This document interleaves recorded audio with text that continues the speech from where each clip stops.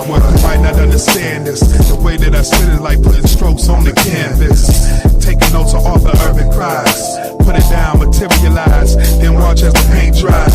Better bet the ink, cause every time I think it's time to keep it flow while these other cats sing. No Titanic, too over dramatic. I feel like new edition in the brain now. Tell me, can you stand it? With each word I'm building me a steeple. And if you open my works up, then you'll find my cathedral. You got your wood stains, a little glass paint, but it all tell a story, man. Think that it can't, where I come from, it's deer hunters and street guns. So I spray these words like the Uzi weighs a ton. It's that heavy, I'm pouring this out from my heart to give you the truth, the way that you see is art. Now you can tell by the voice that it ain't the truth, and everything that spit is just like a brush stroke. Paint a bitch, paint a bitch, paint a bitch, paint a bitch, paint a bitch. Yo, this life's artwork. Now you can tell by the voice that it ain't a joke, and everything that it spit is like a brush stroke. Paint a bitch, paint a bitch, paint a bitch, paint a bitch, paint a bitch. Yo, this life's artwork. Description, better yet my mission is to visualize and give the world vision. Work to heal the streets with a little audio heat. It's moving all out over laid back beats. A to the R to the T, Wisco flow. Like you're in a gallery and see a Picasso. But this ain't Picasso, baby. Even though it's like Jay, cause it's gon' drive the world crazy. This is for those admiring and looking. I heat it up for Instagram and Pinterest cooking. It's so acrylic every time that I spit it. My foliage show that I all get it. Speaking of, this art get wows and awes. Like a masterpiece that's up in the halls. Everything is so realistic, but better yet, man, yo, it's so artistic. And you can tell by the voice that it ain't a joke, and everything is spit is just like a brush stroke. Paint a bitch, paint a bitch, paint a bitch, paint a bitch, paint a bitch. Yo, this life is hard work. Now you can tell by the voice that it ain't a joke, and everything that it spit is like a brush stroke. Paint a bitch, paint a bitch, paint a bitch, paint a bitch, paint a bitch. Yo, this life is hard work. My glaze hand bring the pick on home. I'm just an artiste in the Midwest zone. Now it's a lot of cats that paint, but they ain't making art, cause they be lying from the very start. So I make it a point that I paint what I feel, cause I know deep inside what I feel is all real. And this exhibit don't end till I say so. Sincerely yours, Michael Tangelo. Now you can tell by the voice that it ain't a joke, and the way that it spit is like a brush stroke. Paint a bitch, paint a bitch, paint a bitch, paint a bitch, paint a picture. Yo, this life is hard work. Now you can tell by the voice that it ain't a joke, and the way that it spit is like a brush stroke. Paint a bitch, paint a bitch, paint a bitch, paint a bitch, paint a picture. Yo, this life is hard work. It's all hard work, baby. Welcome to my masterpiece, theater. Now you can go on and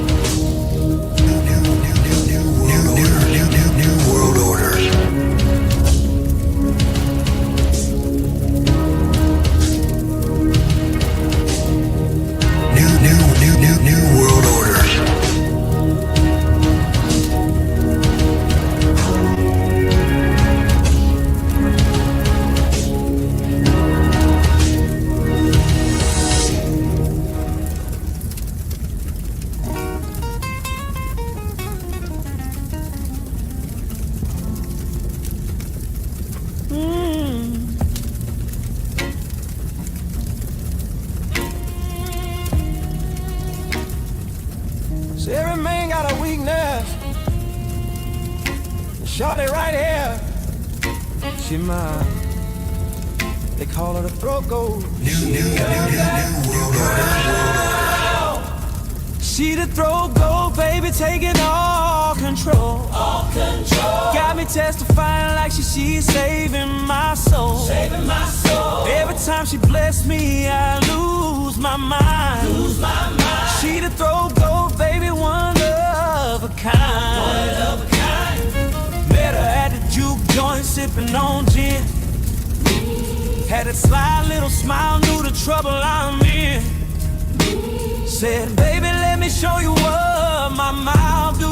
Well, next thing I know, I'm thanking God that I found you. Hallelujah. Every lick on spit, she takes it to the face. To the face. No drop left behind, she the real saving grace. Saving grace. And when she finish up, I can barely stand. Barely stand. New world order. Boy to a man. Boy to a man. On her knees, got me begging for more. More. Hit the right note, had me down on the floor. Down on the floor. Baby, you the preacher, I'm the choir tonight. Choir tonight. Singing hallelujah while you do it right. She the throat goat, baby, taking all control. Taking all control. Got me testifying like she's saving my soul. Saving my soul. Every time she bless me, I lose my mind. Lose my mind. She the throat goat, baby, one of a kind. One of a kind. See the neighbors know her name, cause I sing it loud. Oh Lord. Every time she suck it, I'm so damn proud. That's right. Call it gospel head, yeah, she set me free. Got me writing blues songs about her eating this deep.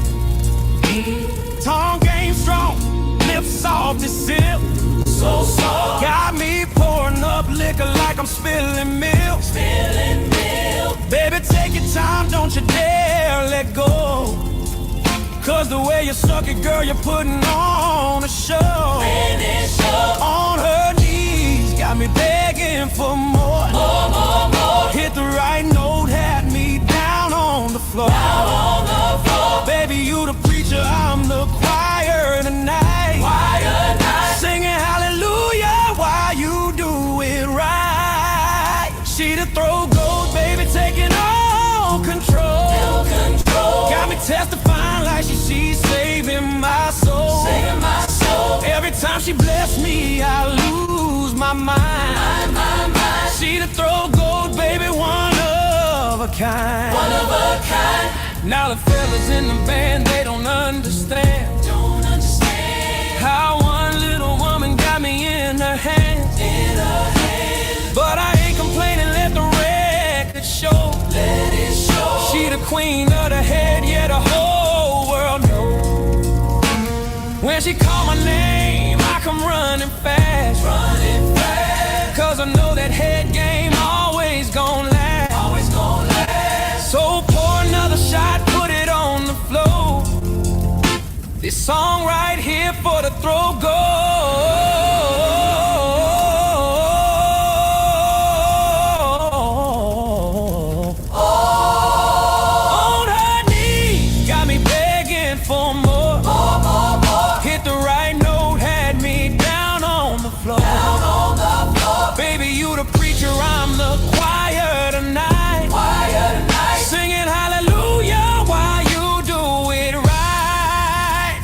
Throat goat, baby, taking all control. Taking control. Got me testifying like she say, saving my soul. Saving my soul. Every time she bless me, I lose my mind. Lose my mind. She the throat goat, baby, one of a kind. One of a kind. One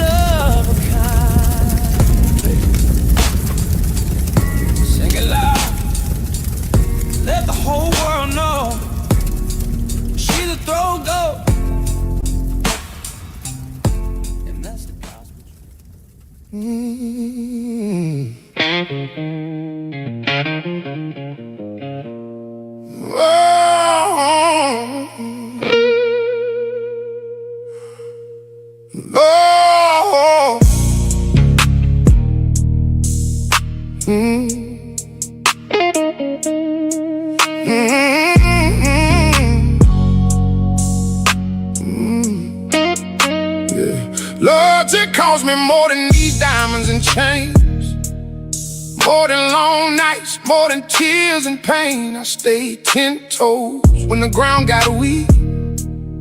Held folks down who was plotting on me.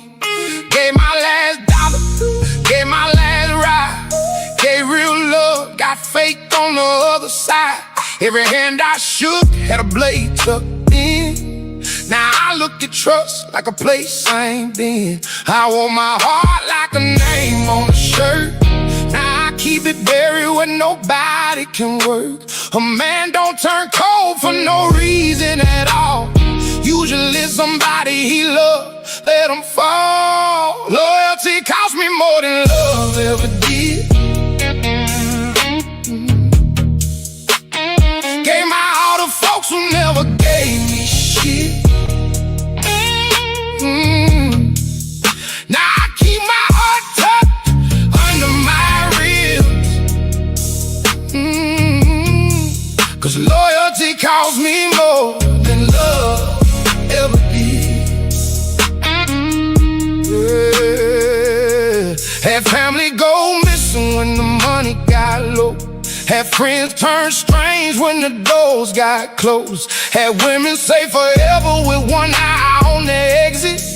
That kind of pain make a real one reckless. I was pouring from a cup that was already cracked, giving second chances I should've never gave back.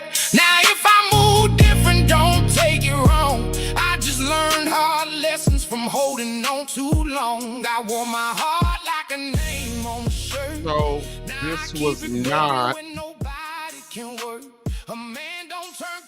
expected for me to be here. I'm surprising myself that I decided to come on and do this because I had rescheduled it for Wednesday. Then I got a call because I got family coming in. They want to come in and want to stay. So I said, well, and I said, it's not even done. I said, you know what? We'll get it together. We'll do what we got to do and we'll get it together. Thank you. This will be a different stream. I don't know if it'll be any different than any other stream, but I want to say right off the rip, because of what I have planned so far for tonight's stream, and I don't know why I'm saying this, but I'm just going to be a lot of references to the Christian faith, the Bible, what it says, all this, that, and the third. But I'm hoping it doesn't come across like I'm trying to preach, because I'm not. I'm trying to do it for a reason. And one of the reasons is, as you listen to, a lot of times it's kind of easy to kind of get caught up in the, YouTube panel, relationship, Black folk issues, things, and you really think that a lot of the issues that are being brought onto the various social media platforms, that it's just there for just the clicks and views and the assets and stuff like that. But if you start paying attention to how people are talking in their real life, it mirrors to a degree, not as an extreme, but it does parody what you're hearing on these platforms. Now, some people's realities or experiences might be a little bit different depending on, how you roll, whatever. But the fact of the matter is, based on the fact that I work in a all female dominated work environment, I hear all this shit all the time. I hear this stuff, especially primarily from Black women. People don't, when I'm at work and like when I'm not seeing a patient and I'm in my area, whatever, I'm surrounded by nurses and CNAs and stuff like that, and they're I actually wear headphones. I wear headphones because I don't want them to come talk to me. So I have the headphones on so people think that I'm listening to something or I got something that I'm not paying attention, but I'm hearing every damn thing they're saying, because 9 times out of 10, I can't have anything blaring, because I got to be able to hear, like announcements overhead, like code blues and rapid responses, which you guys don't know what those are. Well, the code blue, you kind of should know what that is, but like rapid teams and stuff like that. So I have to be aware, or somebody calls my name or needs my attention, or my phone or pager's going off. I got to be able to hear it. So even though I physically have the headphones on, there's usually nothing going through it most of the time. Now, sometimes I'll be listening to like, Michonne or whatever if I'm at work or she's on later, or Copa, but I usually wear an earbud at that point. But when I'm around them, I put headphones on because I don't want them coming up talking to me. You know what I mean? So I don't do that. So, but the thing that I'm going to be talking about that's kind of got me a little bit turned up a little bit is every time we talk about relationships, the one thing that is there in the beginning, the middle, and the end is money.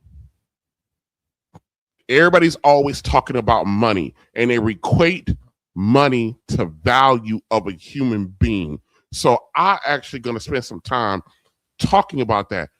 I got a surprise for some of you in here about something I'm going to cover, or like a nice throwback, whatever, from somebody. You'll see that.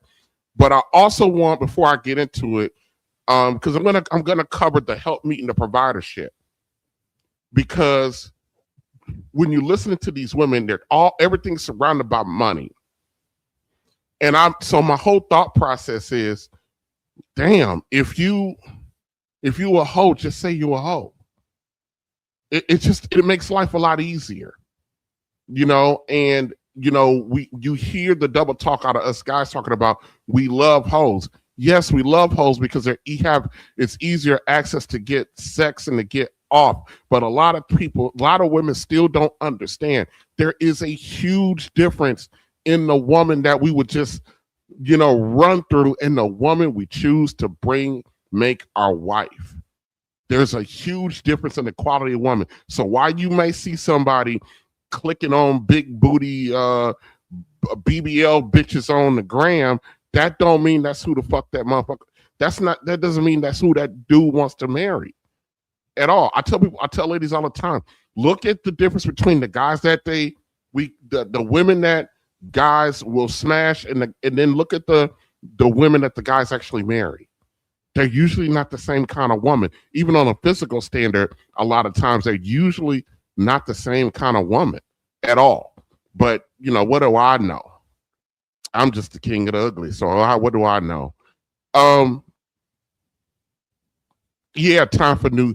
I said time for some new glasses. Yeah, I in my last stream, I broke. There, I don't know if you can see it. I broke my glasses. Yes, we like them hoes. We like to fuck them. They're fun to be around.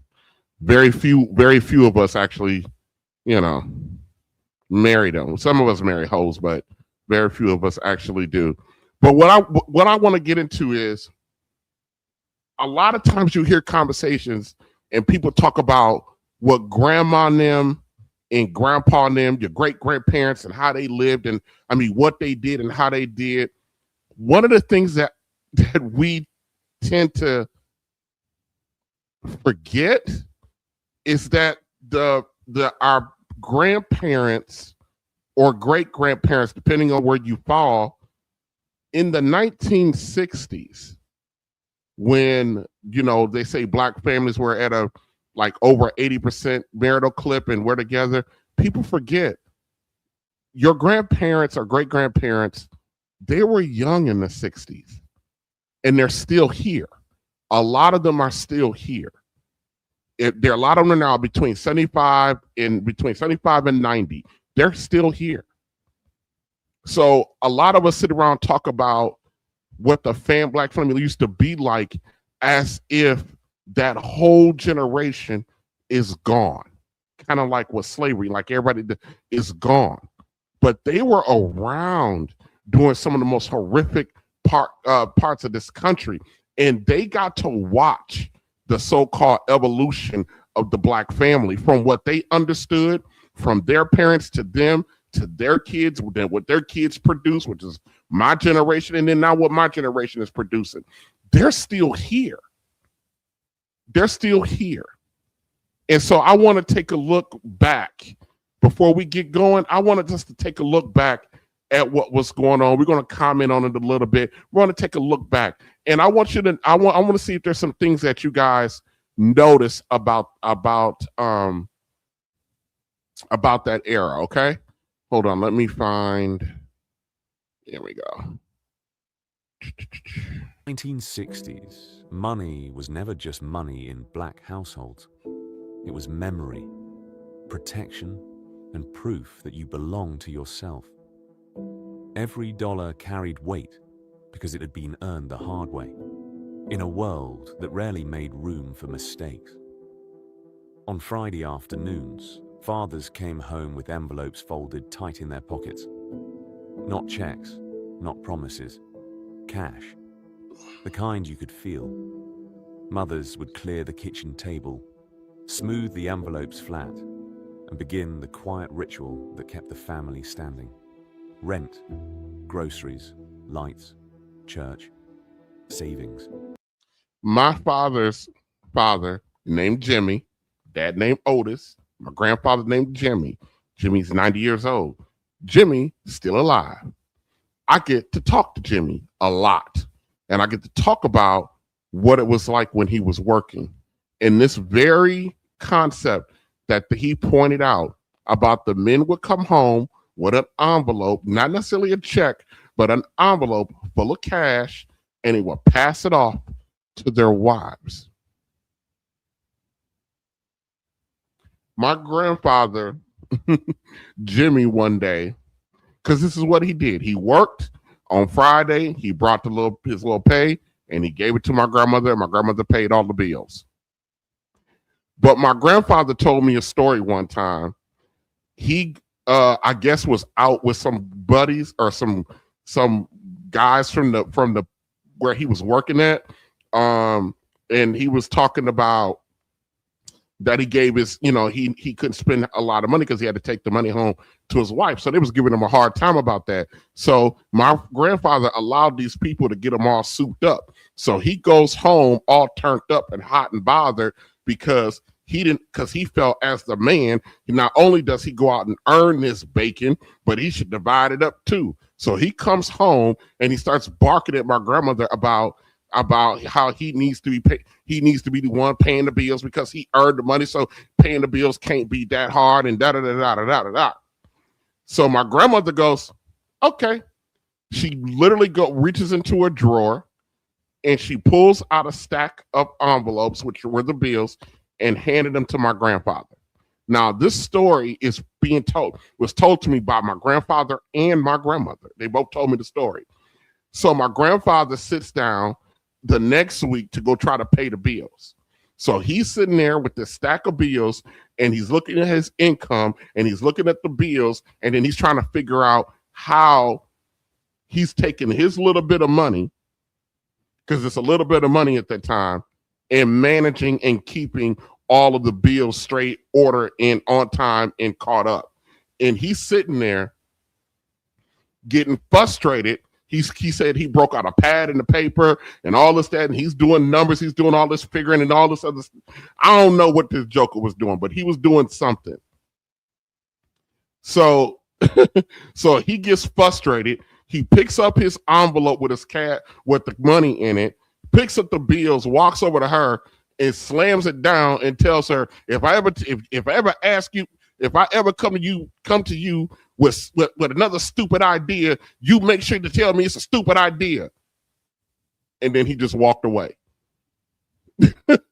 Because he didn't understand her pay system. She didn't teach it to him. He came in chest thumping, all this, that, and the third about trying to pay the damn bills.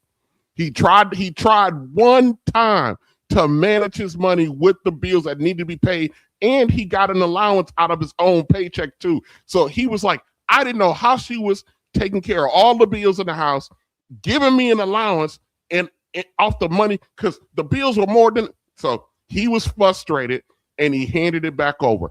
That was commonplace. that the ladies of the house, the wives of the house, managed the resources of the home. That was commonplace. That was normal. They worked together. Ain't that a concept?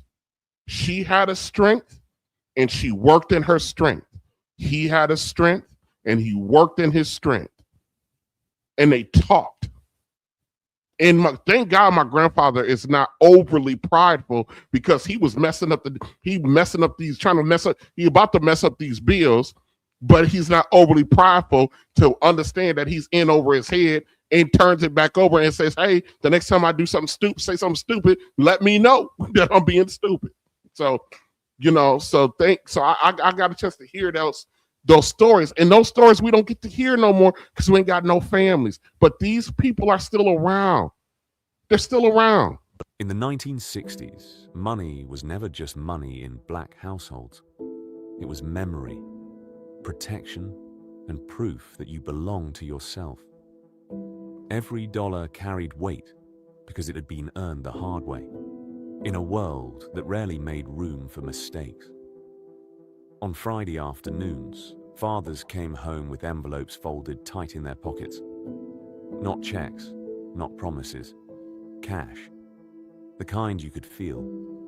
Mothers would clear the kitchen table, smooth the envelopes flat, and begin the quiet ritual. Look at these images. These are actual images, not staged for the gram. There was no such thing back then. Look at the children, how they're dressed. Look at the mother, how she's dressed.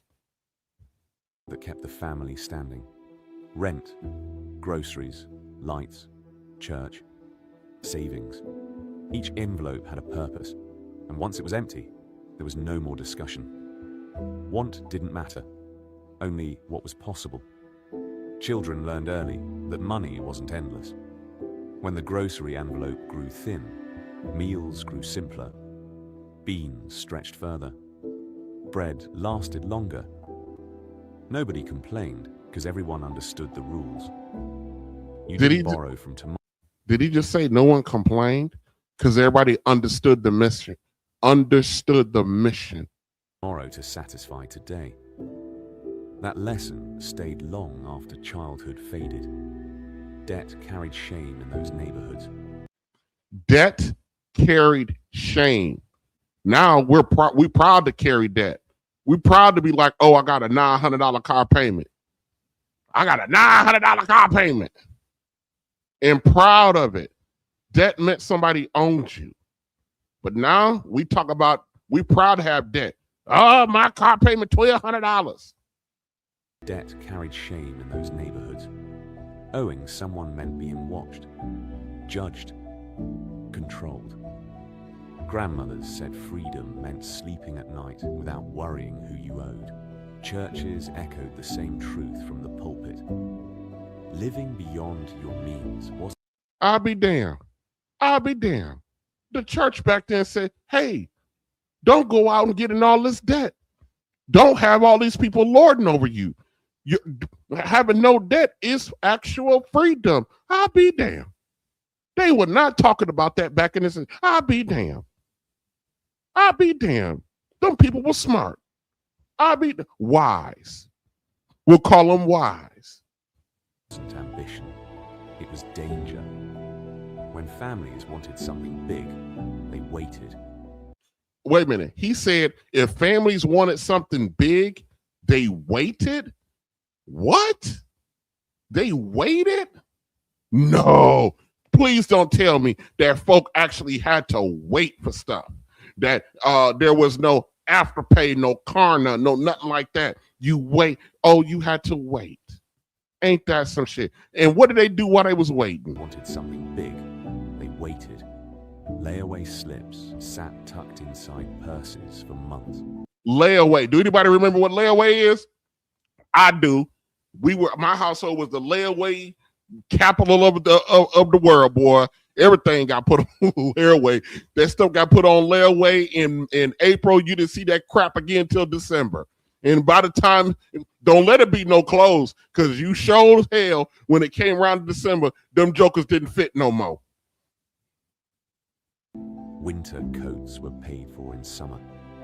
Christmas gifts were claimed piece by piece, week by week, until December arrived without panic. There was pride in patience, pride in earning the right to carry something home. Nothing was wasted. Broken radios were repaired, shoes were resoled, dresses.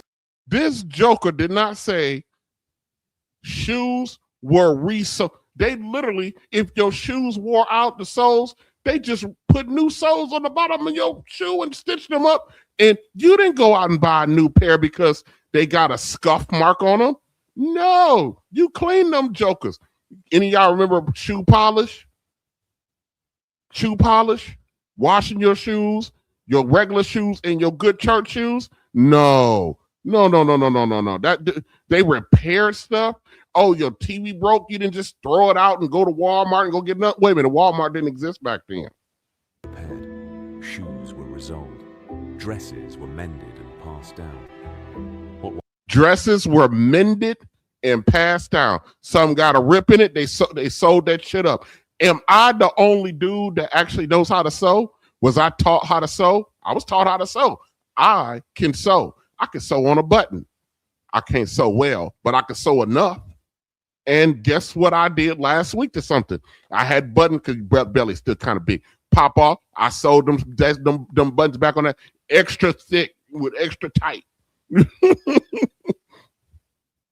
One child outgrew became another's blessing. Every item told a story before it ever left the house. Possessions mattered because effort lived inside them. Women gathered in quiet rooms, pooling money in rotating savings clubs. Look at those ladies. Look at them. All you can see is their ankles. You can barely see their arms. Ain't that some shit? On trust alone. Where the spiders make up wheat. I don't see none of that. I don't know. Oh, they don't have time. So busy to comb my hair. So busy to style my hair. Oh, I gotta sew this crap in it to protect it. I didn't. So how did they protect their hair back then? I had no idea that you had to sew crap in your hair to protect it. But then your forehead, it starts at the top of your head because you didn't pull out all your damn hair from all the sew-in that you didn't have.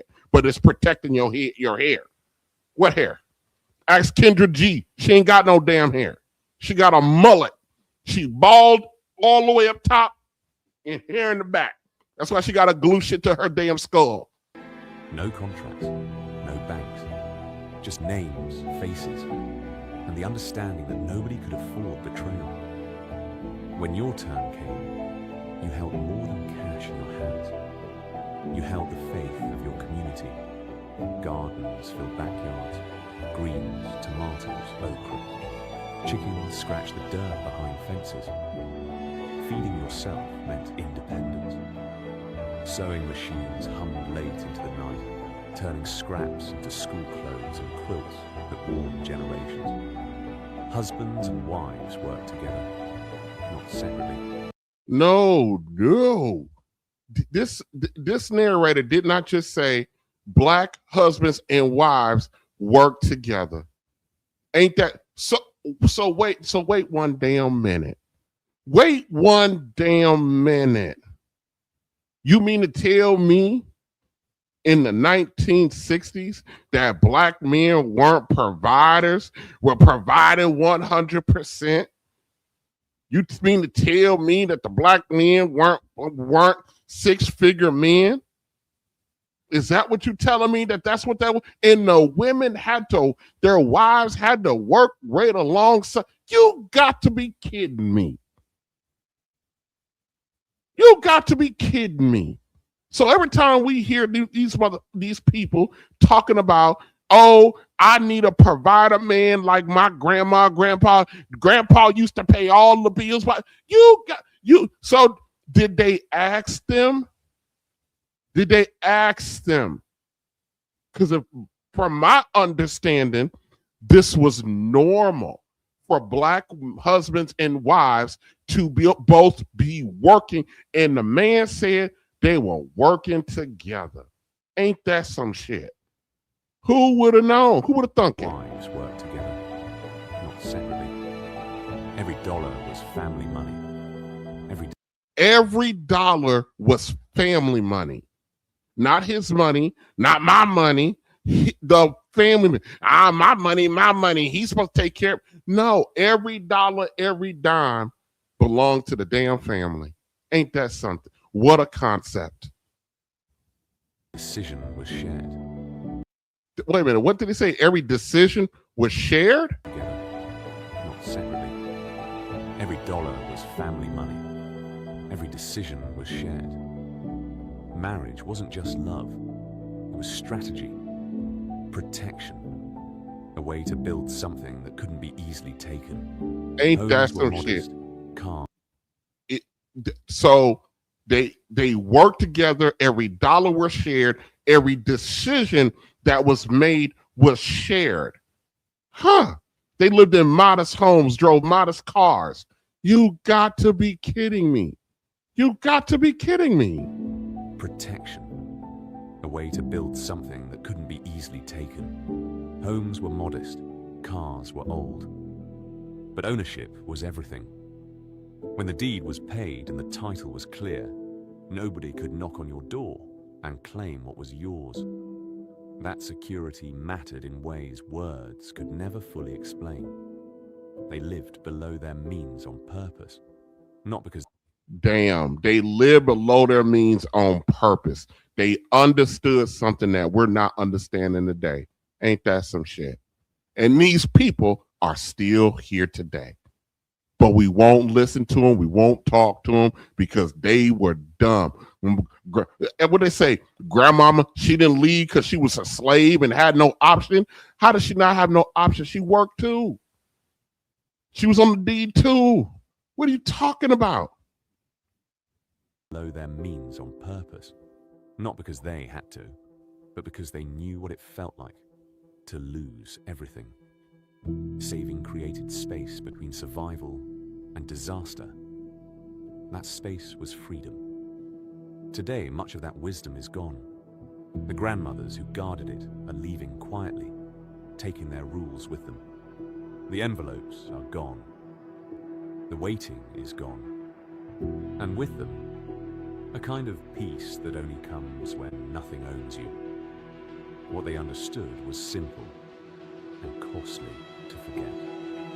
Real wealth isn't what you buy, it's what you own. Real wealth isn't what you... I'll be doggone.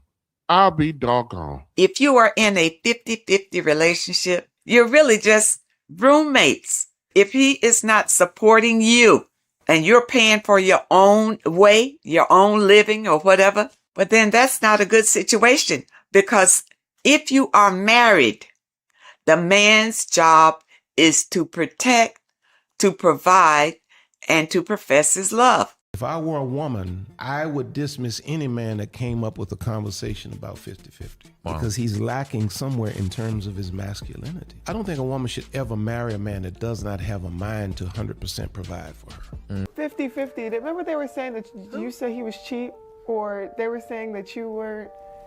Oh, the splitting the bills. The splitting 50-50, yeah, the 50-50. Yeah. Remember, what was the tea on that? Yeah, do I look like anybody that would split anything?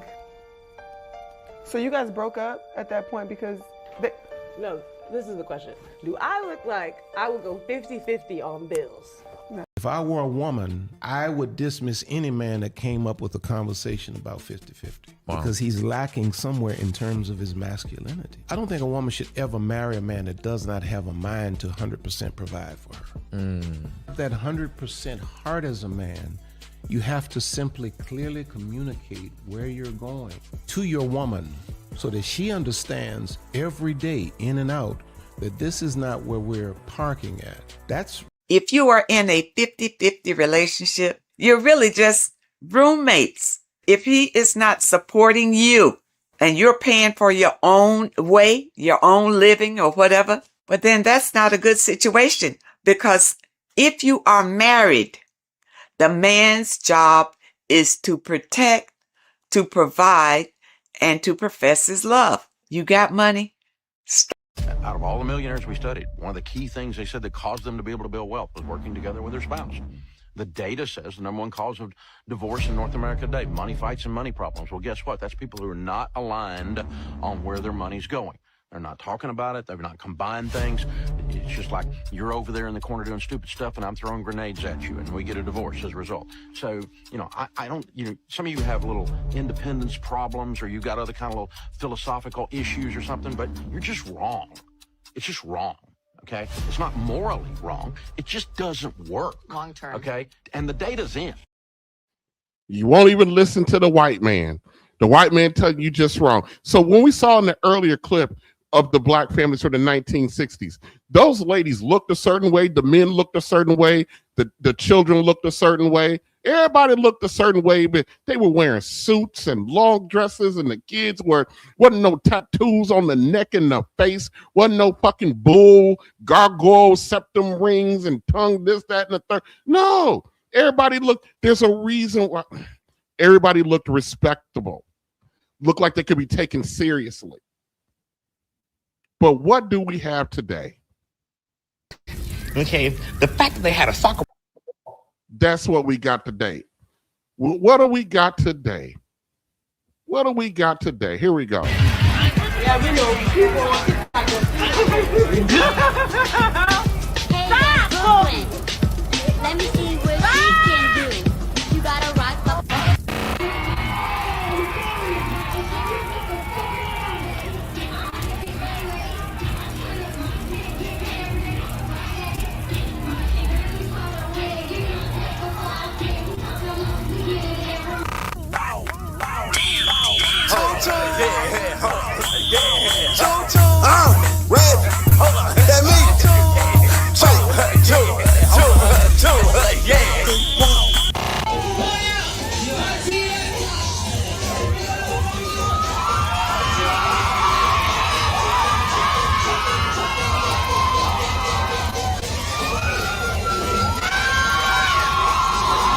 Listen, I'm thoroughly gagged.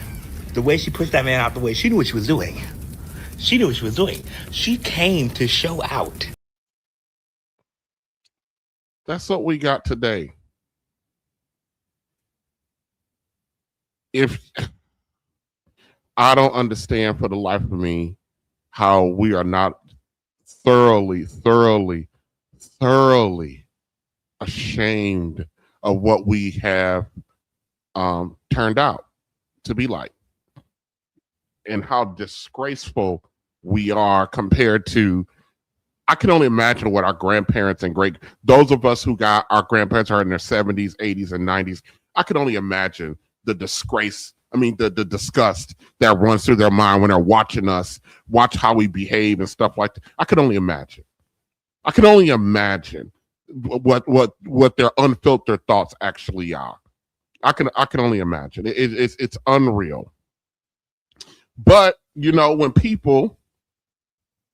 you're up on these conversations like tonight's conversation, everybody wants to talk about, a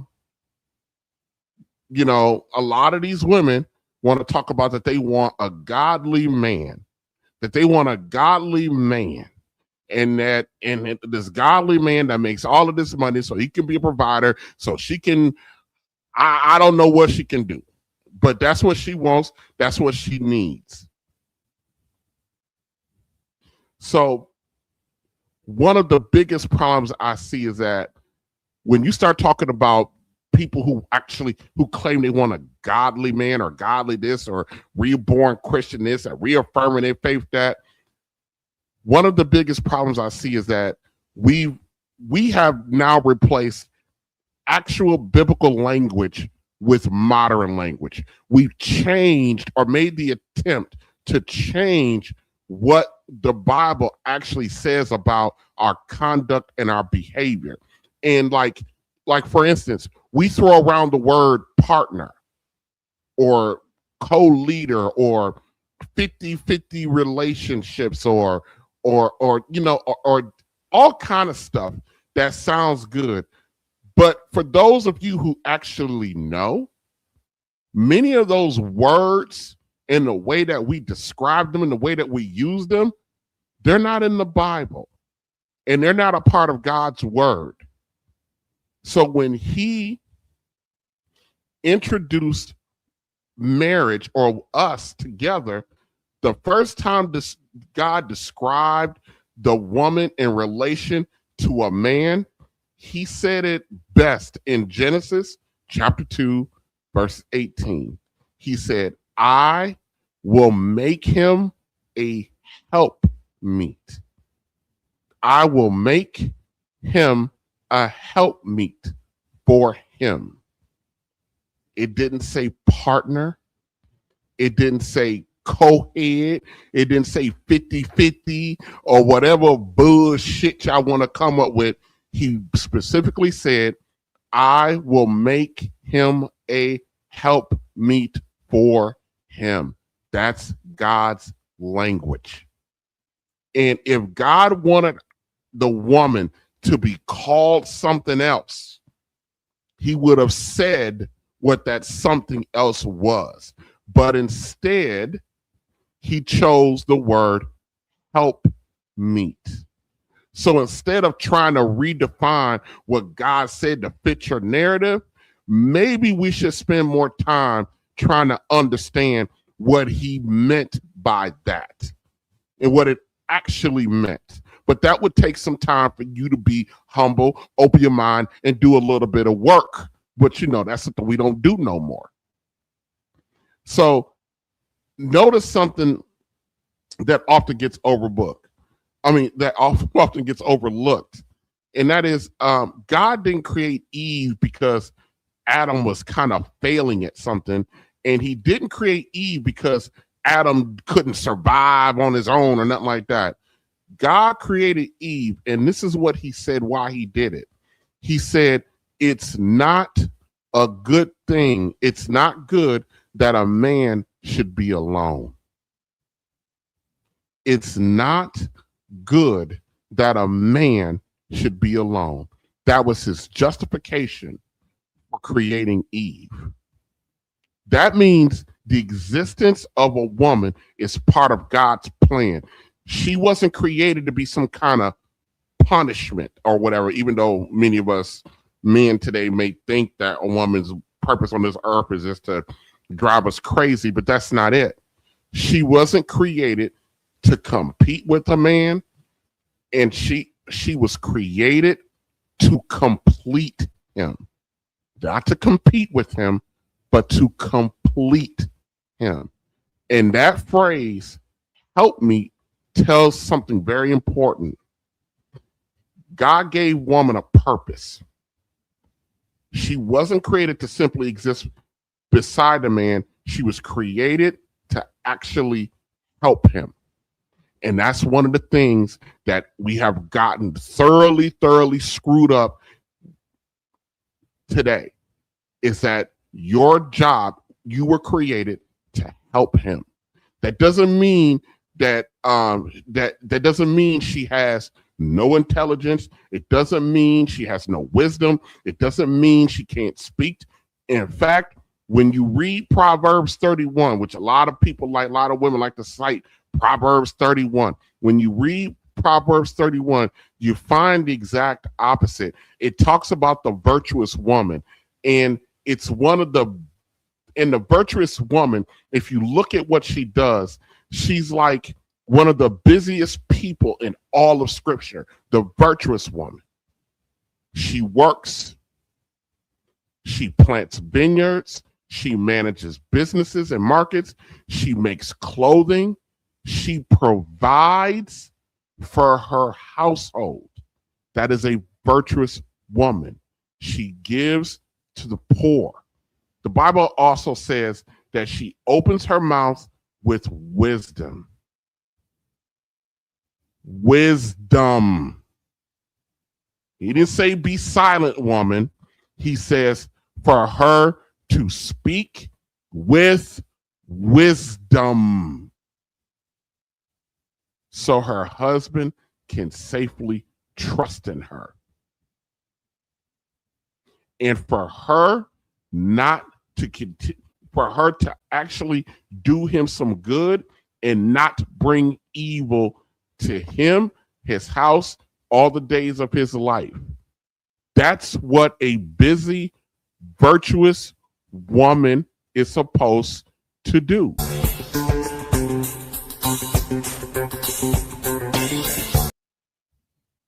But, you know, we're sitting around here talking about and leading with and constantly idolizing money. Now, it also says like that a virtuous woman, that she's not, that it doesn't say she's lazy. It never says she doesn't contribute anything. It's the opposite. A virtuous woman is active. She never sits and wait for someone else to do something. She does it herself. She's productive. She's dependable. Everything she does is supposed to strengthen, is supposed to build and strengthen her house and her marriage. Everything she does is supposed to be for that purpose and that mission. That is what an excellent wife looks like according to scripture. Now, I got something from tonight's conversation that I found to be a little bit interesting, and I want you guys to take a look at this. Let me see. Let me go here. What's your question? My name is Farron, and my question is, what is the difference between, or being perceived, I say, as between being a helpmeet and nagging? A helpmate and nagging. Mm-hmm. A helpmate? Yeah, and nagging. Okay. Do you see how absolutely befuddled the panel is with her question? Because, you know, a lot of times they're used to people, women, especially women, getting up there with some effed up questions with nothing but trauma, drama, and craziness coming out of their mouth. But this is a white woman. And what is this white woman more concerned about? Is this white woman, this question from this white woman, is this a question of a woman who might be a little bit more on the side of a virtuous woman? Let's take a listen at that again. What's your name? What's your question? My name is Farron, and my question is, what is the difference between, or being perceived, I say, as between being a helpmeet and nagging? A helpmate and nagging. Mm-hmm. A helpmate. Yeah. These people are confused. Ace is confused. So-called doctor, fake doctor, Cheyenne Bryan is confused. Kitty ain't said nothing. She's sitting right over here. Here, kitty. She's sitting right here. Right next to the dude with the backwards cap and the white shirt. They were stunned by the question. They were stunned by the question. What's your name? What's your question? My name is Farron, and my question is, what is the difference between, or being perceived, I say, as between being a helpmeet and nagging? A helpmate and nagging. Mm-hmm. A helpmate. Yeah, and nagging. Okay. Or a nagger. Okay, so let me. That is probably one of the best questions I've ever heard being asked at tonight's conversation, and they're asking this group of people to actually answer that. Good Lord. Let's see what they got to say.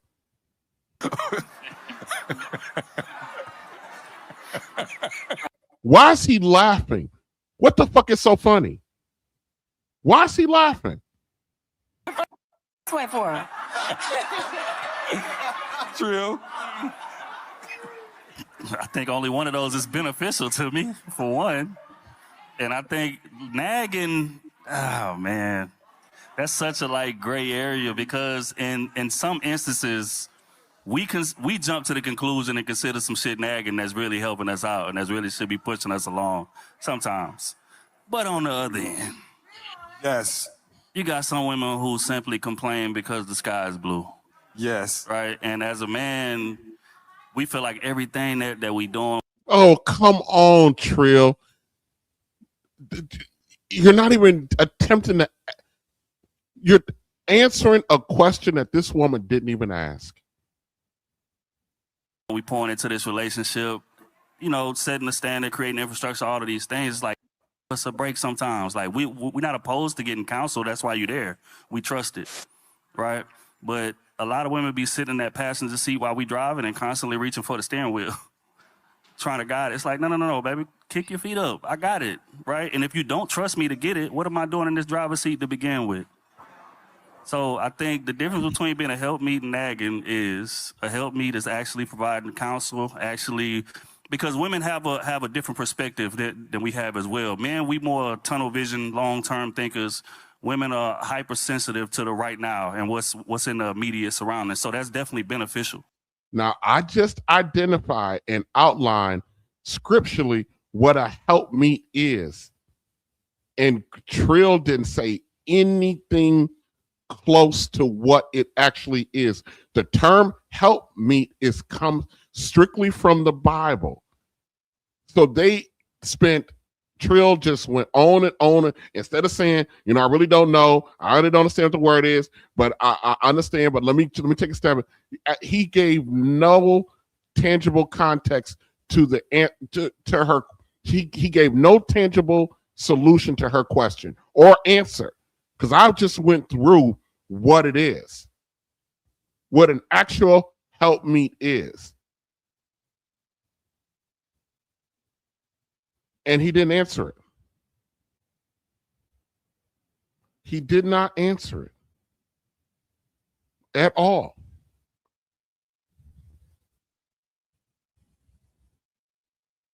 He didn't answer it at all. And I just talked about in grave detail what a helpmate is, and a helpmeet is, and I talked about it from the perspective of the Bible, which is where that comes from. It comes from Genesis chapter 2. I will make him a helpmeet for him.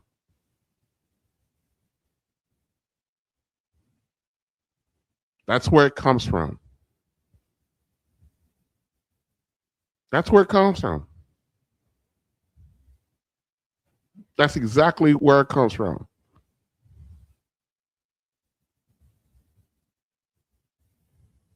We're going to go ahead and keep listening. I'm just sitting here because I'm just a little bit stunned. But complaining just to complain, sometimes just be quiet, man. I'm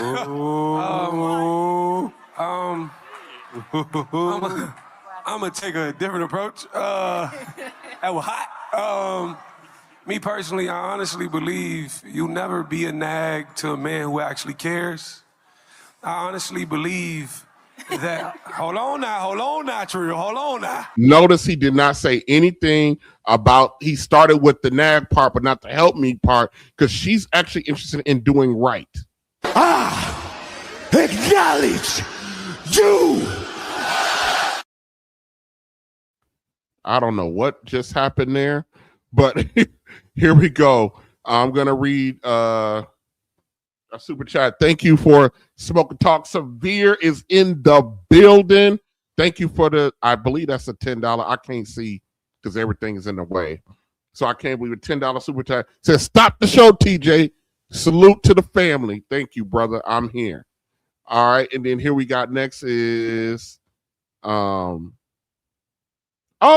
Called Harris, the Harris family. What up, y'all? What gift, gifted one through the Fire Podcast membership.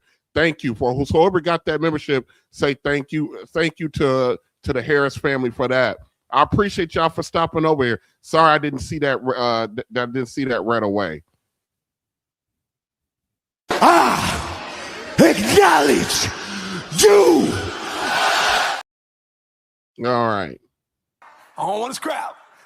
In all actuality, men want to feel needed. So your presence and needing something from that man gives him power, gives him confidence. It fights his ego. He could be the smallest thing, you know. You could reach that shelf when that ain't at home. But the moment he get home, you like, babe, could you help me? It's that thing that fuels a man. And that identity of being called a nag is only from a man who sees you as such. And the right man won't see you as such. No, some women be nagging. Yeah, some women be nagging. I mean, when you're a helpmate, and you are, well, let me spin this a little bit. You're building when you're doing that. You're building. It's not coming from strife. It's coming from me trying to build a partnership, companionship, being supportive and things like that. But people who nag. Kitty should know better, because nowhere does it talk about that a helpmeet is a partner. I know we get caught up in that term, but if you want to come from a Miss Kitty, I done found the Lord, then you should understand that we throw away the word partner like that actually means something. God did not, if he intended to describe you that way, kitty, he would have used it. But you are a helpmeet. A helpmeet. And stop trying to redefine God's words if that's what you're going to use. If you want to use God's words, and use God's words, don't. And even in the Bible it says, do not add nor take from the word. Don't do that. Kitty.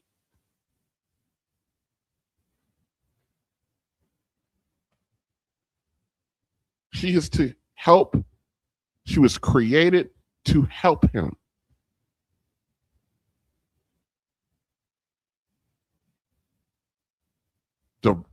And how? By being a virtuous woman.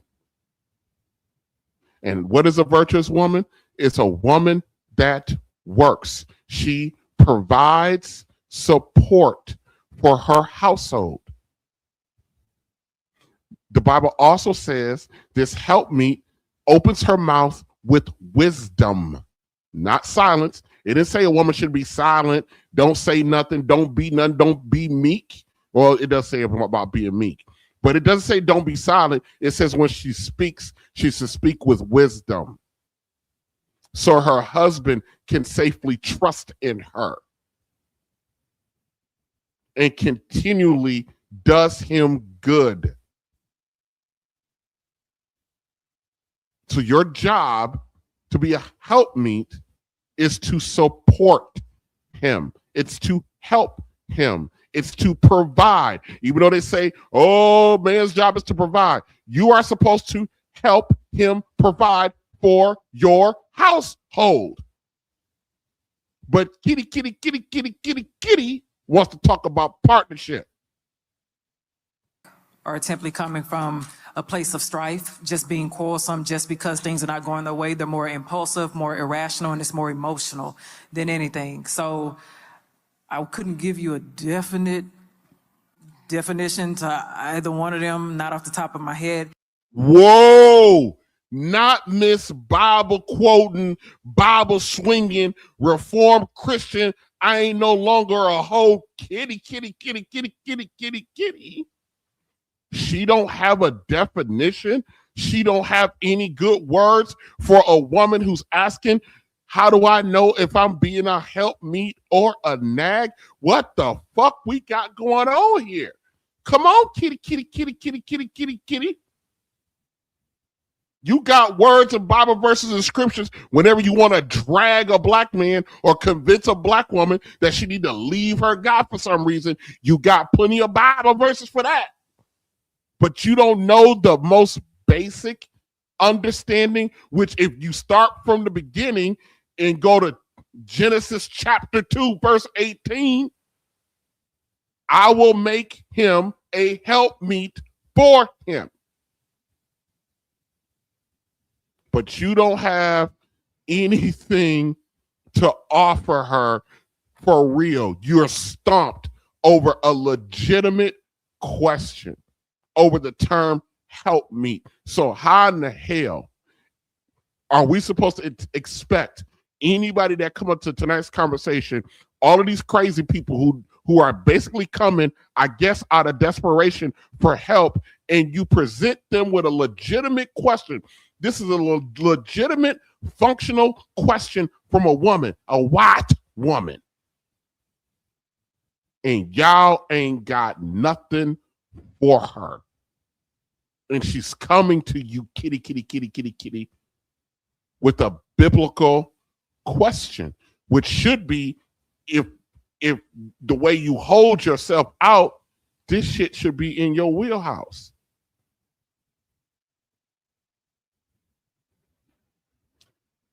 A helpmeet woman, she is active, she is productive, she is dependable, she speaks with wisdom.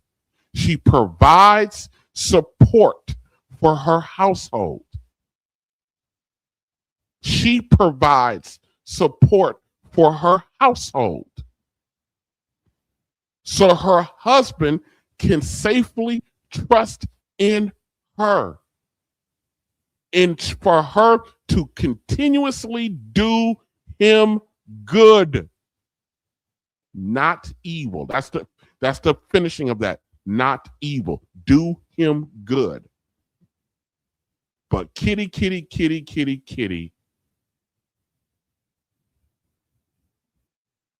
you don't have nothing to offer her. Kitty. And kitty, you're fine. You're good looking. Chocolate, I like it. Your skin is glistening. I like the glistening. But because you are a Christian, so-called reformed, born again, whore Christian, Jesus is your savior type chick again, congratulations. Titus chapter 2.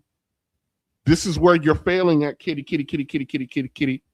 Titus chapter 2 says that older women, which you are old bitch, which older women are to teach younger women to love their husbands, to love their children, to be discreet, to be chaste, aka don't be a whore, which you admitted that's exactly what you are. Titus chapter 2 says that the older women should teach young women to love their husbands, love their children, be discreet, be chaste, be keepers of the home, and also be good and be obedient to your husbands. I know that offends some of you motherfuckers, but if that's how you want to live, and you talking about you were born again, you're close to God, got a relationship with God, then you have to be, as the good book says, obedient. And if you are an older woman like old ass Kitty, and she's still fine, but she's still old. My truck is old, but it's good looking, but it's still an old ass truck. An older woman, you are to teach younger women to love your husband, love your children, be discreet, be chaste, be keepers of your home, be good, and be obedient to your husband. Those are not my words. Those are words directly from Scripture. And if someone claims to follow the Bible, then these verses have to be a part of that. Whatever conversations that you need to have or responses, regardless if they're popular or not. I got to hear that one more time. It's more emotional than anything. So I couldn't give you a definite definition to either one of them, not off the top of my head, but I think that's more so from my angle. That's what I would look at. Someone who nags is like people who have like pet peeves and they don't like certain things just because they don't like it. It's not really there to build somebody up. It's more so there to tear somebody down or to get them to comply with you, which a helpmate doesn't have to use certain tactics to get someone to comply because they see themselves as a partner. So that's my take. So let me throw this up. But you're not a partner, Kitty. And you notice Kitty didn't whip out not one single Bible verse for this white woman. She didn't ask this white woman, are you a believer? Are you a believer? Are you a believer? She did not ask her if she was a believer. She didn't whip out not one Bible verse. This woman asked her clearly about being a helpmeet, which is in Genesis, which is should be in Kitty's wheelhouse. She's an older woman who's supposed to teach, and Kitty could not offer her. Kitty even said, I don't know. Really? That's what we're doing now? That's what we're doing now, Kitty. I wonder why all of a sudden you don't know. Why all of a sudden you don't know. And one of the other things that typically comes out in these conversations is directly talking about what a man's responsibility is. What his responsibility is. What he's supposed to be a provider, a protector. He's supposed to be all of that. But you ain't supposed to be nothing. Older women, you are to teach younger women that you are to love them. That's what a virtuous woman does. Love your husbands, love your children, be discreet, be chaste, keep the home. That's your job. Be good. Be obedient to your husband. That's your job. That's your job. You also have to speak with wisdom. You also are you provide for the home. So the provider, contrary to popular belief, isn't solely the man's job. That's according to the Bible. You don't argue with me. Argue with the damn Bible. I don't understand. But all these women, all they want to do is sit around and talk about providing money. If you a hoe, just say that. But I got a secondary question. I'm not going to ask the secondary question.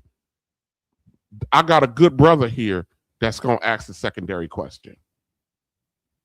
Letting somebody to turn the internet on fire. It was on fire last night up in this mug. Women were losing on another broadcast, on another mission. One of the best clean, fresh fragrances on the planet.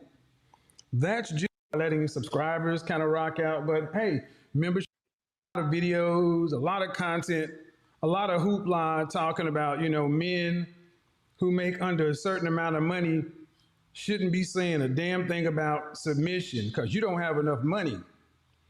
You can't pay the cost to be the boss, so, shut up when it comes to submission.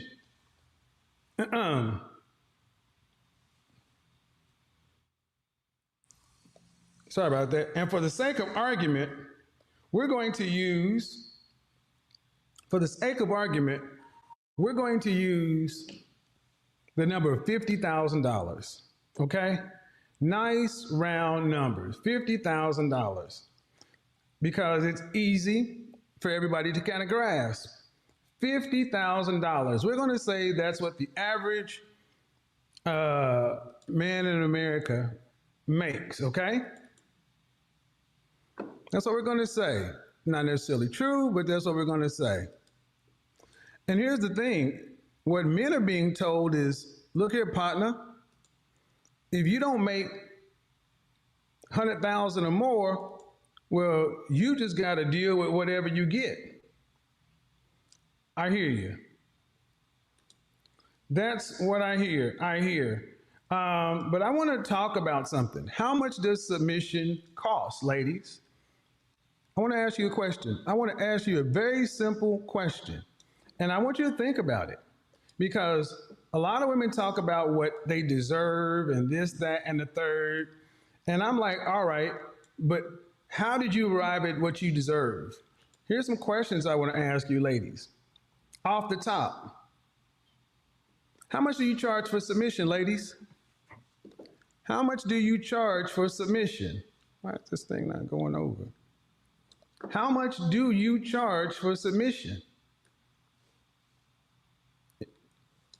Don't know. Anybody want to hazard a guess at how much modern women are charging for submission? I could not tell you. Right, because if you are a hoe, just say so.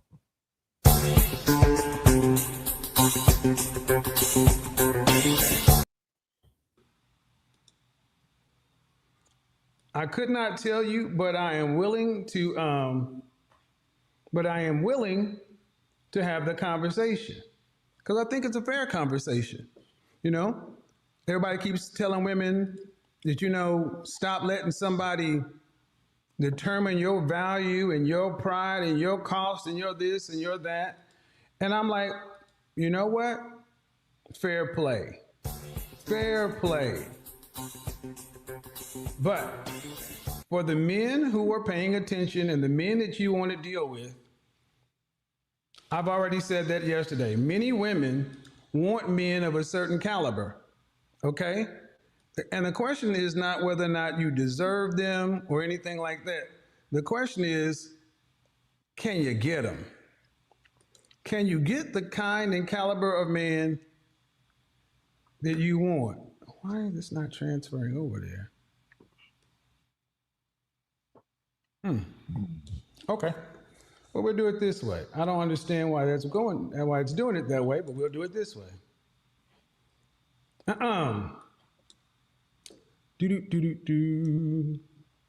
Let's do that. Can you get the man you want? And you know, that's where the rubber meets the road, because that's where a lot of these arguments fall on their face. A lot of women say one thing. They say one thing, but when it gets right down to it, many women cannot afford the man they want. That's what it is. A lot of women cannot afford the man they want. And Kevin is not talking about money. When he's talking about a lot of women can't afford the man that they want, he's not talking about money. They get upset that the man they actually qualify for ain't on a certain level. And it's like, well, what do you want the men to do, ladies? What do you want the men to do?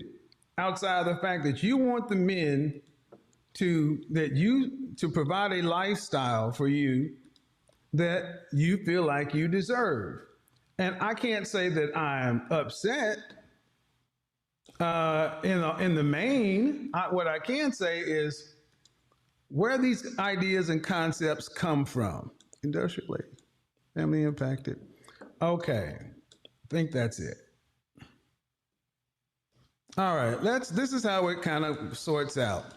Let's take some history, shall we? Let's take a history lesson. Let us take a history lesson. Boom.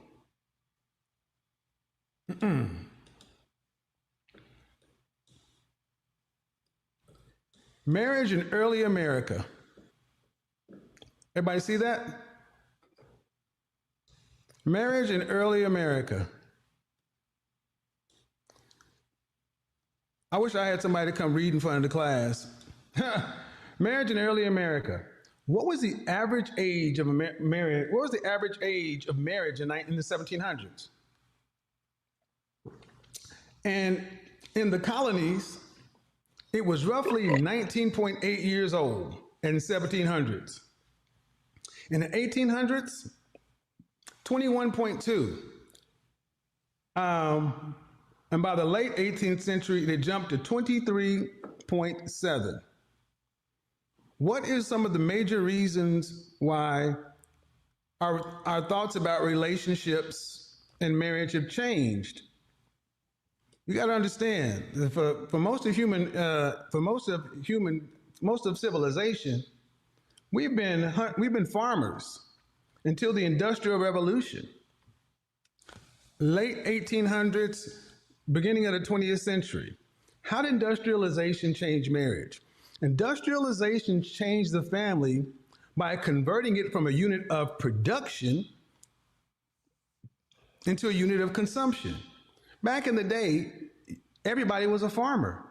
You were a lawyer and a farmer, a blacksmith and a farmer. Your day was spent trying to get enough calories, clean water, and just living. So a wife and a husband needed to get together early, make enough children to work the farm and produce. The family was about production. But in the Industrial Revolution, that changed because we left the farm and went into factories. Okay, we left the farm and went into factories. Let's do it this way. Production to units of consumption, buyers. Industrialization changed the family, causing a decline in fertility and the transformation between the relationships between spouse, parents, and children. This change occurred unevenly and gradually varied by social class and occupation. Remember that. Pre-industrial revolution, people pretty much had the same thing. Industrial revolution, you had the rise of the consumption and you had a rise of the middle class and social stratification. How was the family impacted by these phenomena? Well, the family was impacted greatly. During industrialization, home life and work life became separated. In agrarian society, you woke up and you were at work. The farm was the work. The blacksmith, the baker, the candlestick maker, that's what you did. You did what your father did and your father's father, and that's what it was. But now we separate home life and work life. Women's role in the industrial economy took a major hit as they were more of a housewife, and men worked long hours to make money for their families to consume. So I want women to ask themselves a question. And remember, I mean, those of you who are here, right at the beginning of this, what are we talked about? The clip talked about that black family, they waited, they saved, they denied themselves, they were disciplined because there was freedom in that. But now he's talking about we moved past that to consumerism. Women ever had this plush life when we had the agrarian society, women worked the farm, had babies, and got back out in the fields. Not everybody owned slaves, so we can't even do that one. Then industrial revolution came along, home life and work life separated. Men went to work, women stayed at home.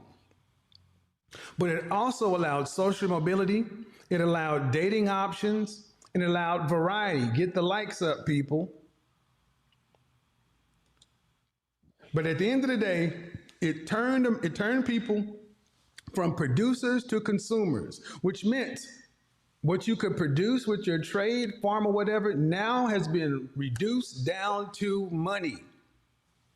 What a man is no longer his trade, his profession. Okay? That you can no longer have the impact of a man having a hunter, a fisher, or whatever. And he had that to teach to his son, and he could stand on it. It made men very monolithic. You had to work.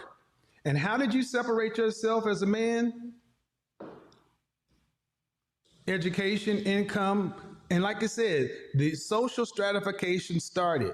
There were some positions that paid more, some that were less. What am I showing you?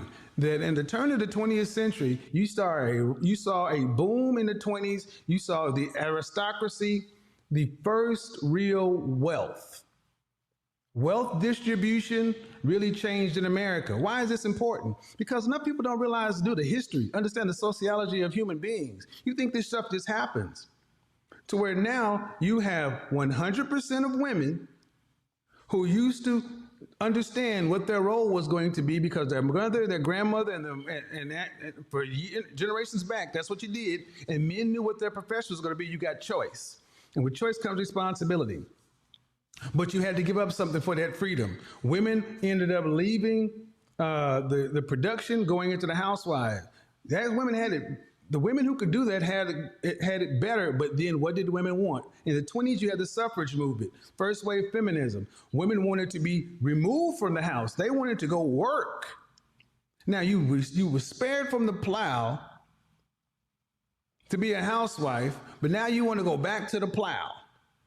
No, you didn't want to go to the plow. You wanted to go to the office. Women didn't want to do the dirty jobs. They wanted to do the jobs that they romanticized men did. Fine. And that has been with us. What men do, women tend to want to do. The better parts of it. Why is this important? Because men at the top have always had to marry down.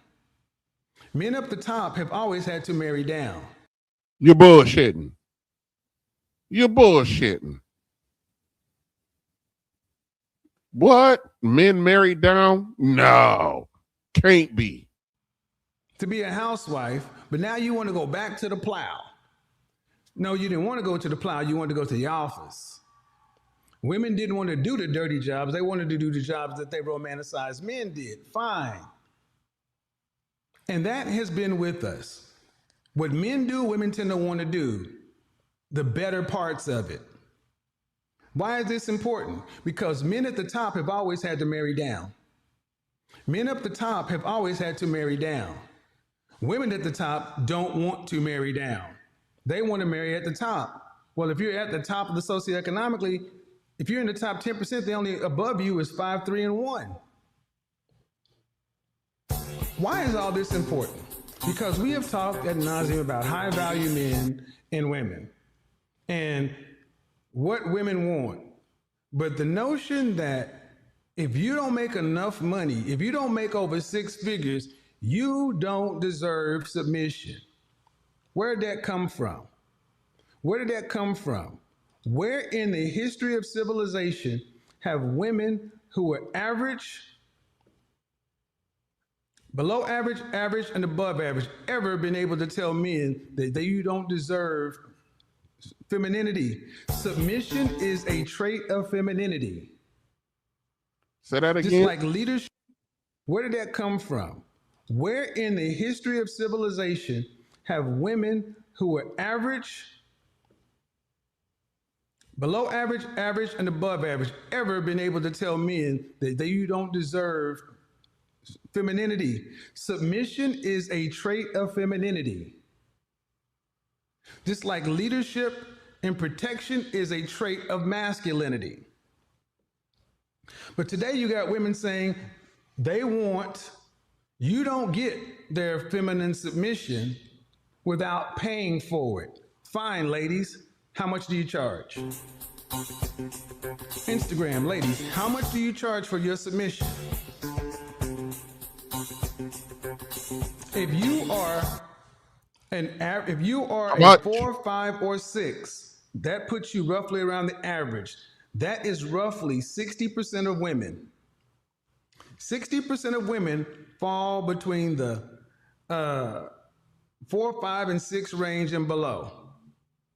50% of women are 5 and below. 40% of women are 6 and below. 60% of women are 4 and below. Most of you ladies watching this right now or the rebroadcast are average by what men. That's a dirty word, Kevin. That's why they took you out, because it's a dirty word. It's a dirty word. They don't want. They think every one of these women's, they're all 10s. They all the prize. They all special. They all angelic angels. They're all virtuous hoes. All of that. Don't tell them that they're average. No. We can't be doing that no more. Judge. But I want you to understand how we got here. Women have been given the notion that because they can do what men do, they should be able to get what men get. Well, but they can't do what men do, though. That's the problem. If you're up here socioeconomically, you automatically, as a woman, need to be expecting to marry down happily. But we're here for the average women. Because the 8s, 9s, and 10s, they don't charging for submission, that's different. Let's get to it. How much does your submission cost? How much do you charge for your submission, ladies? Next, ladies, how did you set your price? How did you set your submission price? Because see, it's funny to me that women can talk about if you don't make enough money, you can't call shots. Okay? And when I hear men say this stuff, I start to get pissed off. Because what you're basically saying is the men who built this country, built this world, average men don't get what average men have always gotten. I got a real freaking problem with that. And so do I. And so do I.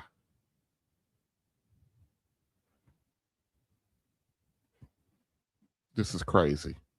You know, the greatest danger that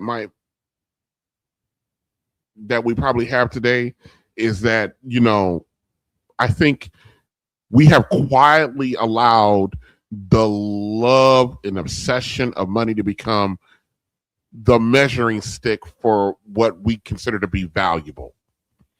Somewhere along the line, you know, many people stop asking, is this person righteous? Is this person good, decent, moral, upstanding? For lack of a better word, ambitious. We stopped asking. And then we started asking simply, how much do you make? We stopped measuring somebody's character and we started measuring their compensation as if that is the end all be all. We stopped looking for integrity and started looking for income, coins, dollars, dead presidents. We stopped asking whether someone has a strong internal faith and started asking what car they drive, what neighborhood you live in, what shoes on your feet. Can you cash at me $500 for my nails? We stopped asking whether someone is just a good person. The problem is that money has become the standard by which so many people are determined who deserves to even be respected. If you don't have quote unquote money, then you don't deserve to be respected. If you don't have money, then you don't deserve love. If you don't have money, then you don't deserve a woman. But the problem is, for us, when I say us, I'm talking about people who share my skin tone, who come from the continent originally that I come from.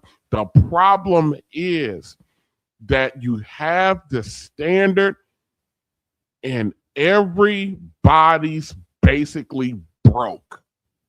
How do you have a standard when you have never lived a life of that standard? You don't know how to cultivate it.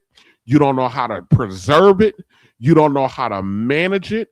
You don't know how to be a good steward of it. You don't even know what you're talking about. But this is the standard. But you know what it's not the standard for? It's not the standard for the slug bug Negro that you gave kids to. Not just the one Negro, because most of you, the average black woman got four kids by 3 men. You did it over and over and over. And now that you old, ran through, dried up, disgusted, stressed out, worried, looking old, and you're looking at now all of a sudden you're worth somebody, some guy that's taken all of this just from a financial standpoint, but we become obsessed of it. Now, the Bible doesn't say that money is the root of all evil. It doesn't say that, because money is not the root of all evil. Money is an inanimate object. It's simple. In 1 Timothy chapter 6, verse 10, the scripture actually says it's for the love of money is the root of all evil. Money isn't evil. It's the love of it that makes it evil. The love of it is evil.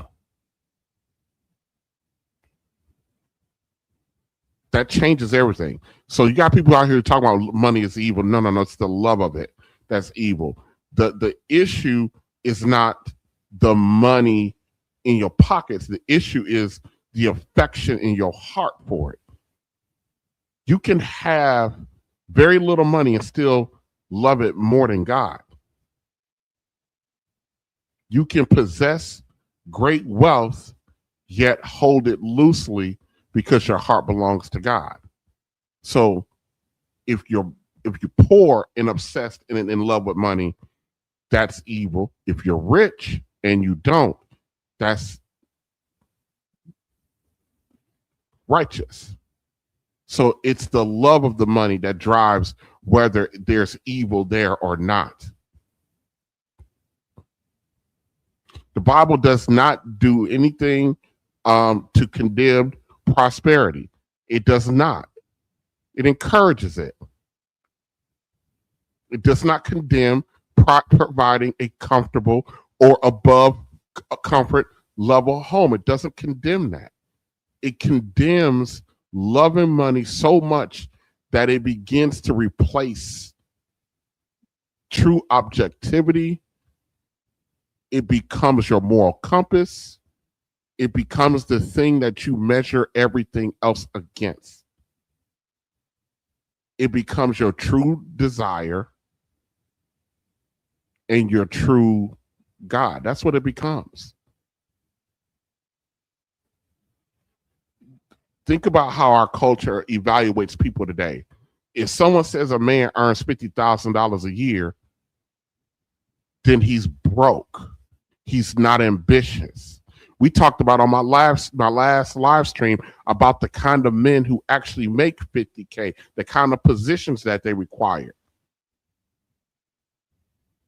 We even assume that this man isn't intelligent, that he's not worth anything, that he's you got women out here who make less than 50 grand talking about a $55,000 or $60,000 a year man shouldn't even try to pursue a woman because he can't afford her, but she can't even afford her damn self.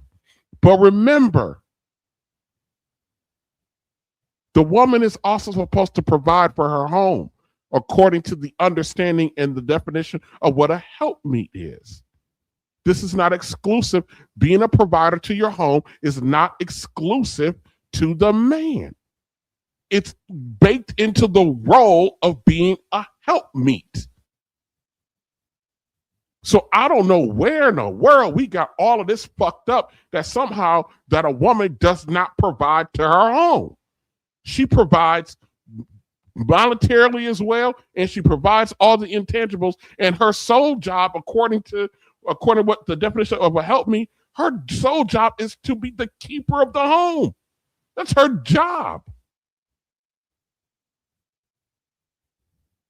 God will never, ever evaluate a man's righteousness based on his salary, but ain't nobody thinking about that. And the Bible never said 6 figures means wisdom, which is why, side note, we keep electing these goddamn politicians, these millionaire, billionaire politicians to run our governments plural, city, local, state, federal, because somehow we think the ability to acquire financial resources mean that these motherfuckers are smart and they're wise.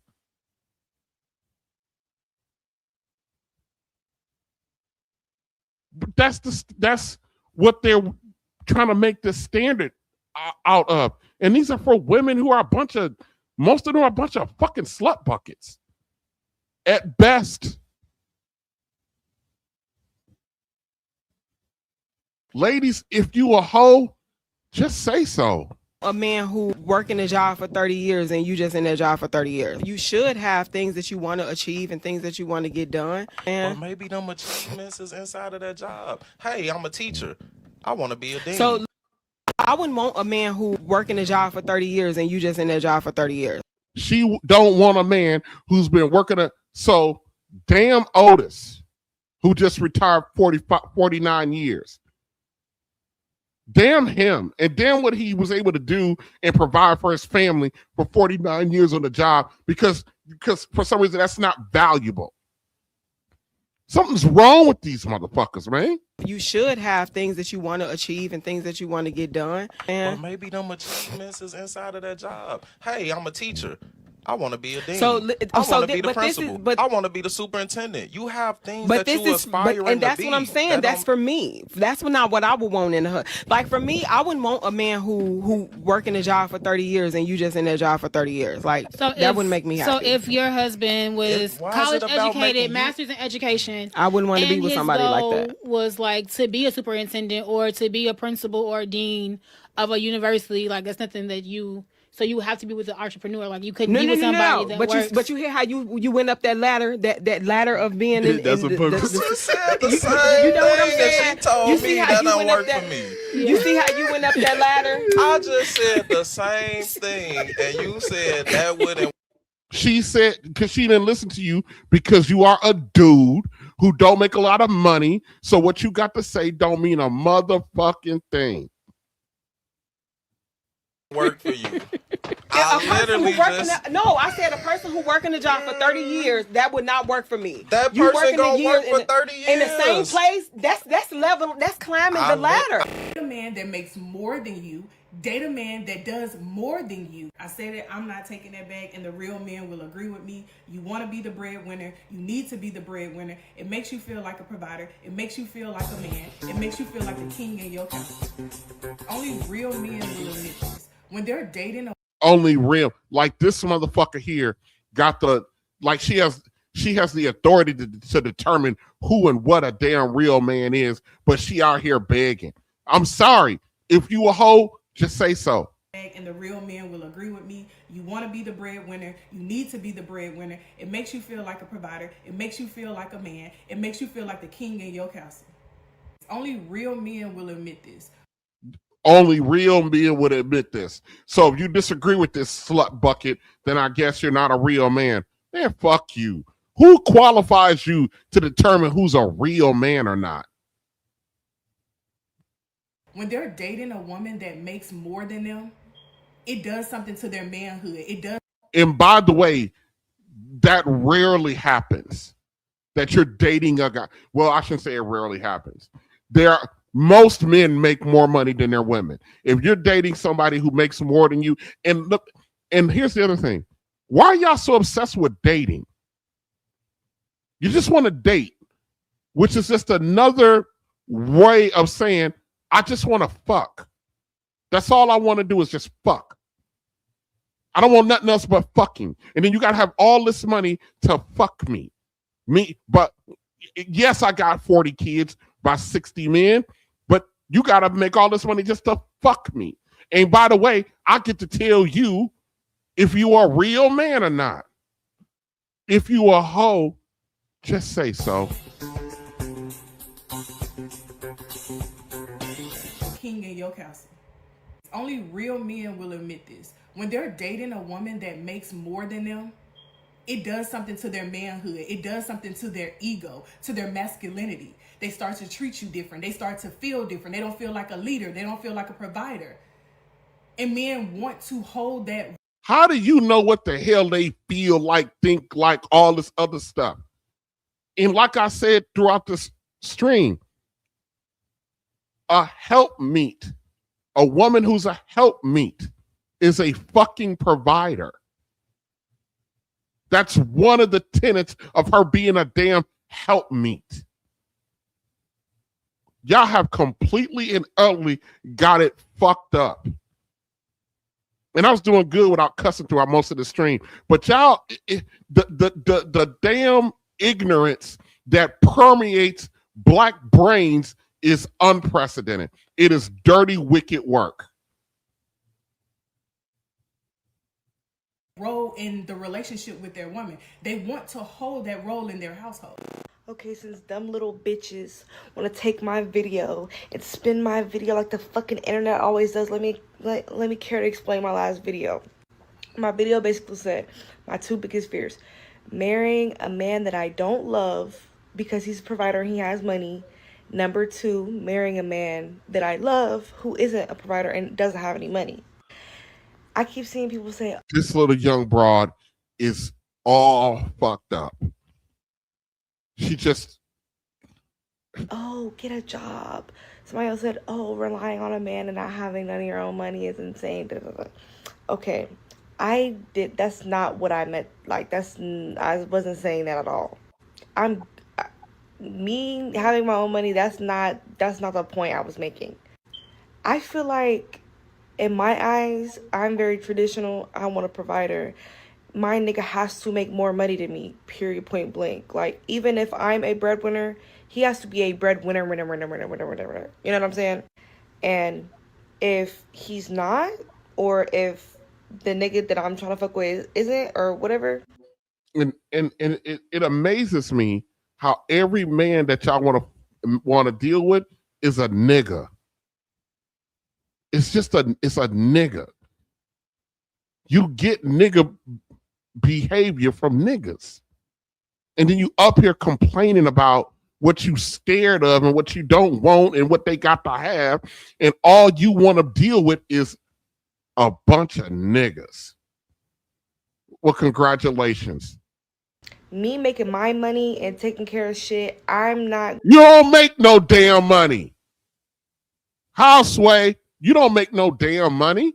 Going to be with no nigga that can't do that. Cause some girl was like in my comments, she was like, "Oh, maybe think about applying for a job." She said something like that, and I'm like, "What does that have to do with my video?" Because if I'm gonna marry and be the breadwinner, I'd rather be single and not marry. I'm not being the breadwinner. That's not saying I'm not gonna have no money, but like I stated earlier, one of the tenets of being a helpmeet is the fact that you as a woman are a provider, and your primary role is to be the keeper of your home. That's what the good book says. You are the keeper of your home.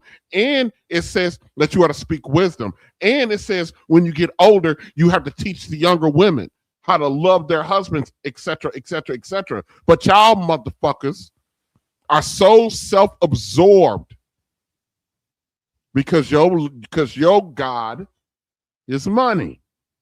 I want my nigga to have more money than me, period. Like, I don't care. Y'all niggas don't. Y'all have y'all different perspectives on how y'all like shit. I got mine on how I like my shit. Watch out, bitch. This is how I like it. Like, fuck. How much does a man have to make to be with you? I need that bag. I'm not fucking with no regular ass nigga working on 9 to 5. You gotta spend that. If a man is living with his mom, would you date him? Fuck no. Why is you living with your mama at your grown ass age? If he asked to move in with you, would you let him? Is you paying my rent? Is you paying my bills? The whole thing?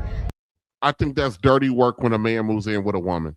That's some dirty work, boy. There's something wrong with that dude. If that dude got to move in with you, there's something wrong. But y'all like men that something's wrong with them because you think you can fix them, control them, and yeah. Whole thing. Like he got to even pay for dates and everything. Everything. Fuck, I'm not no nigga the bare minimum. Do you believe in 50-50? No, because a man is a leader. If you can't lead, bitch, what I'm finna be faithful to you for? Can you do a 360? As I started out in the beginning, there's nothing in the good book that talks about 50-50 nothing. 50-50 nothing. For the camera real quick. Okay. Hey, let me know in the comments what she is, y'all. 1,000. Like, I guess if they made less than that, I feel like we wouldn't have the lifestyle I wanted, so I would work. I think life's expensive. $500,000? Ideally, my husband needs to be making like $650,000. New world order. If you a hoe, just say that. I mean, you ain't got to take everybody all through this shit. If you a hoe, just say that. I mean, for real. At this point, we already know that y'all ain't but a bunch of hoes anyway. So, but I'm just saying, at this point, just come out and say we're just a bunch of whores, and we want to. And then, like Kevin Samuel says, how much do you cost? Let us know you a whore, not a Proverbs 31 woman, not a helpmeet, but you a whore, and then tell us how much you cost, and then we will determine if we're willing to pay said cost for your slut bucket ass.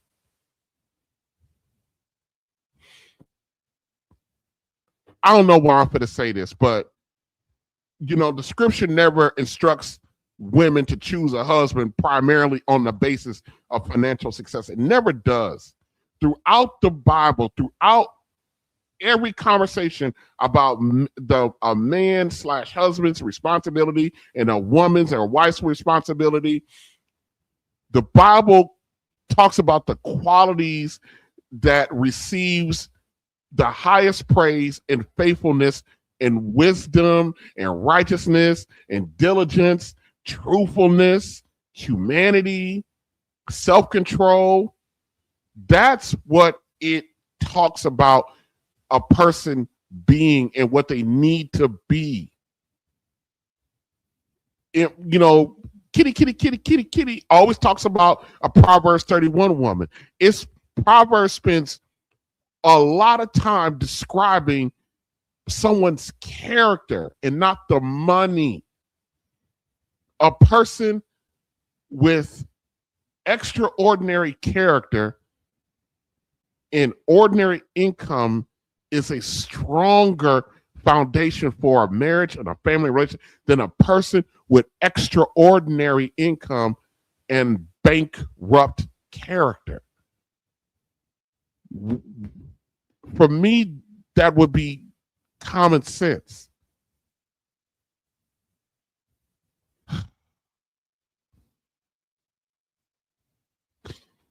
At the end of the day, you're going to serve something.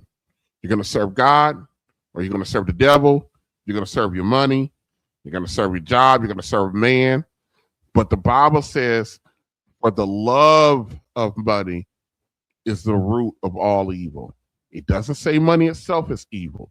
It says loving it above God is. So if your integrity is for sale, if your pussy is for sale, just say that and tell us how much it is. But that's not what's valuable about you. And that's not what's valuable about another man either.